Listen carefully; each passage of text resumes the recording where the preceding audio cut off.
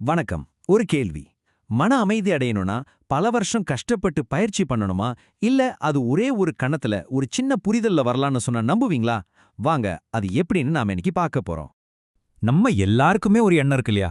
ஞானம், விடுதலை, மன அமைதின்னு சொன்னாலே பல வருஷம் தியானம் பண்ணணும், ரொம்ப கடுமையான பயிற்சிகள்லாம் செய்யணும்னு. இது நம்ம வாழ்க்கையோட ஒரு பெரிய போராட்டமா நம்ம மனசுல பதிஞ்சு போயிருக்கு. ஆனா நாம இன்னைக்கு பார்க்க போற ஒரு விஷயம் என்ன சொல்லுது தெரியுமா? விடுதலைக்கு பல வருஷங்கள்லாம் தேவையே இல்ல. ஒரே ஒரு கணம் போதும்னு ரொம்ப ஆணித்தரமா சொல்லுது. இது எப்படிங்க சாத்தியம்? பாருங்க, பல வருஷமா பயிற்சி பண்றதுக்கு பதிலா ஒரே ஒரு கணம், மனசோட போராடுறதுக்கு பதிலா ஒரு சிம்பிளான புரிதல், எங்கேயோ தூரத்துல இருக்கிற இலக்குக்கு பதிலா உடனடியா கிடைக்கிற ஒரு வாய்ப்பு, இதுதான் இந்த ரெண்டு பாதைக்கும் இருக்கிற முக்கியமான வித்தியாசம். சரி, இந்த புரட்சிகரமான ஐடியாவுக்கு பின்னாடி இருக்கிற அந்த டெக்னாலஜிய புரிஞ்சுக்கணும்னா முதல்ல நம்ம மனசோட அமைப்பு எப்படி இருக்குன்னு பார்க்கணும். நம்ம மனசுல மொத்தம் 3 அடுக்குகள் இருக்கு. வாங்க அத பத்தி கொஞ்சம் விரிவா பார்க்கலாம். முதல்ல கான்ஷியஸ் மைண்ட், அதாவது உணர்வு மனம். இது ரொம்ப சிம்பிள். நாம இப்ப பேசிட்டு இருக்கிற, யோசிக்கிற, சந்தோஷப்படுற, கோவப்படுற இந்த விழிப்பு நிலையில இருக்கிற மனசு தான் இது. இதுக்கு கீழே தான் ரொம்ப சக்தி வாய்ந்த ஒரு அடுக்கு இருக்கு. அதுதான் ஆழ்மனம், அதாவது சப்கான்ஷியஸ் மைண்ட். இது நம்மளோட ஆட்டோமேட்டிக் ப்ரோக்ராம் மாதிரி. நம்ம சின்ன வயசு அனுபவங்கள், நம்ம வளர்ப்பு, இது எல்லாம் வச்சு நம்மளோட ரியாக்ஷன்ஸை இதுதான் தீர்மானிக்குது. சொல்லப்போனா நம்மள அறியாமையே நம்மளை இயக்குற ஒரு டிரைவர் மாதிரி. மூணாவதா ஒரு அடுக்கு இருக்கு. அது ஆழமான உணர்வு மனம். இது ஒரு மிகப்பெரிய சக்தி பெட்டக மாதிரி. சாதாரண நேரத்துல இது வெளியே தெரியாது. ஆனா ஒரு ஆபத்தான சூழ்நிலையில ஒரு அம்மா தன்னோட குழந்தைய காப்பாத்த ஒரு காரிய தூக்குறாங்கன்னு கேள்விப்பட்டிருப்போம் இல்லையா? அது இந்த சக்தியோட வெளிப்பாடுதான். இத சுலபமா புரிஞ்சிக்க உங்க மனச ஒரு ஐஸ்பர்க், அதாவது பனிப்பாறையா கற்பனை பண்ணி பாருங்க. தண்ணிக்கு மேல சின்னதா தெரியிற அந்த நுனிதான் நம்மளோட கான்ஷியஸ் மைண்ட். ஆனா அதுக்கு கீழே தண்ணிக்குள்ள மறைஞ்சிருக்கிற அந்த பிரம்மாண்டமான பகுதி தான் நம்மளோட சப்கான்ஷியஸ் மைண்ட். பாருங்க, எவ்வளவு பெரிய பகுதி நம்ம கட்டுப்பாட்டுல இல்லாம நம்மள இயக்குதுன்னு.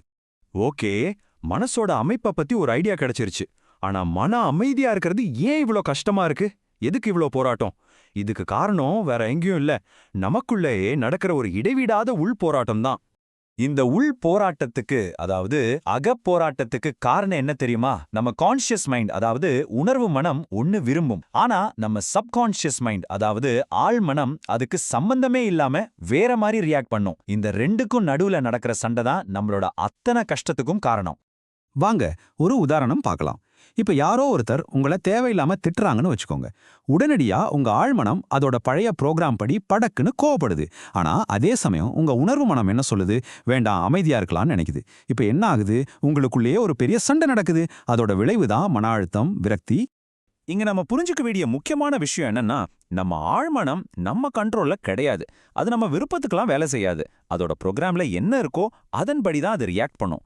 இதனால தான் நான் கோபப்படவே கூடாதுன்னு நீங்க எவ்வளவு உறுதியா இருந்தாலும் அந்த சூழ்நிலை வரும்போது ஆழ்மனம் தன்னோட வேலையை காட்டிடும்.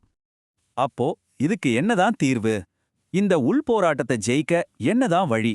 பயிற்சிகள் பலன் தரல, மன உறுதியும் வேலைக்கு ஆகலைன்னா என்ன பண்றது? இப்போ நாம இந்த அலசலோட முக்கியமான கட்டத்துக்கு வர்றோம். அந்த சிம்பிளான ரகசியம் என்னன்னு பார்க்கலாம். பயிற்சியாலையும் மன உறுதியாலையும் இந்த சண்டையில ஜெயிக்க முடியலனா, அப்போ அந்த ரகசிய டெக்னிக் தான் என்ன? பதில் ரொம்ப சிம்பிள், ஆனா ரொம்ப ஆழமானது. அப்படி ஒரு டெக்னிக்கே கிடையாது. இருக்கிறது ஒரே ஒரு விஷயம்தான், அது புரிதல். ஆமாங்க, வெறும் அண்டர்ஸ்டாண்டிங் மட்டும்தான். இந்த ரெண்டுக்கும் உள்ள வித்தியாசத்தை பாருங்க. பயிற்சி பண்றதுங்கிறது நம்ம ஆழ்மனத்தோட சண்டை போடுற மாதிரி. அது ரொம்ப டயர்டான விஷயம். அதோட ரிசல்ட்டும் தற்காலிகமானது தான். ஆனா புரிதல்ங்கிறது அதோட சண்டை போடாம அதோட இயல்பு என்னன்னு சும்மா வேடிக்கை பார்க்கறது. இது ஒரே ஒரு கணத்துல நடக்கிற ஒரு மாற்றம். ஆனா அதோட விளைவு நிரந்தரமானது. இதை இன்னும் சிம்பிளா சொல்லணும்னா, ஒரு வீட்டை பத்தி மத்தவங்க சொல்றதை கேட்கறதுக்கும் அந்த வீட்டை நீங்களே நேர்ல போய் உங்க கண்ணால பார்க்கறதுக்கும் வித்தியாசம் இருக்கு இல்லையா? ஒரு தடவை நீங்க ஒரு விஷயத்த உண்மையா பார்த்துட்டீங்கன்னா அந்த அறிவு உங்களை விட்டு போகாது. இந்த புரிதலும் அதே மாதிரி தான். சரி, இந்த புரிதல் எல்லாருக்கும் கிடைக்குமா? கண்டிப்பா. அதுக்கு சில சிம்பிளான தகுதிகள் இருந்தா போதும். அந்த மாற்றத்துக்கு நீங்க தயாரா இருந்தீங்கன்னா இந்த 4 விஷயங்களையும் கவனமா கேளுங்க. இந்த புரிதலுக்கு என்ன தேவை? 1. வாழ்க்கையில ஒரு உண்மையான ஆர்வம் இருக்கணும். 2. இந்த மாதிரி தத்துவ விஷயங்கள்ல ஒரு சின்ன பரிச்சயமாவது இருந்தா நல்லது. 3. திறந்த மனசோட சரி இது என்னதான் பாப்போன்னு ஒரு அணுகுமுறை வேணும். கடைசியா, ரொம்ப முக்கியமா, எனக்கெல்லாம் விடுதலை கிடைக்காதுங்கிற அந்த நம்பிக்கையே தூக்கி போடணும். இதுக்கு நீங்க என்ன பண்ணலாம்னா, உங்க உணர்ச்சிகளையும் எண்ணங்களையும் சும்மா கவனிக்க ஆரம்பிக்கலாம். கோபம் வரும்போது அது எங்கிருந்து வருதுன்னு ஒரு சின்ன கேள்வி கேட்டு பாருங்க. இந்த மாதிரி உங்களை நீங்களே கவனிக்கிறது தான் அந்த புரிதலுக்கான முதல் படி.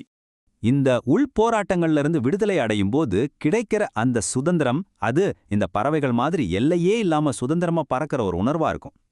எந்த பாரமும் இல்லாம ரொம்ப லேசா உணர்வீங்க. ஆக விடுதலைங்கிறது வருடக்கணக்கா கஷ்டப்படுறதுல இல்ல, நம்ம ஆழ்மனசோட இயல்பை அது எப்படி வேலை செய்துங்கிறத எந்தவிதமான தீர்ப்பும் சொல்லாம ஆழமா புரிஞ்சுக்கிற ஒரே ஒரு கணத்துல இருக்கு. அப்போ அந்த ஒரு கணம் புரிதலுக்காக நீங்க எதற்காக இன்னும் காத்திருக்கீங்க? யோசிச்சு பாருங்க.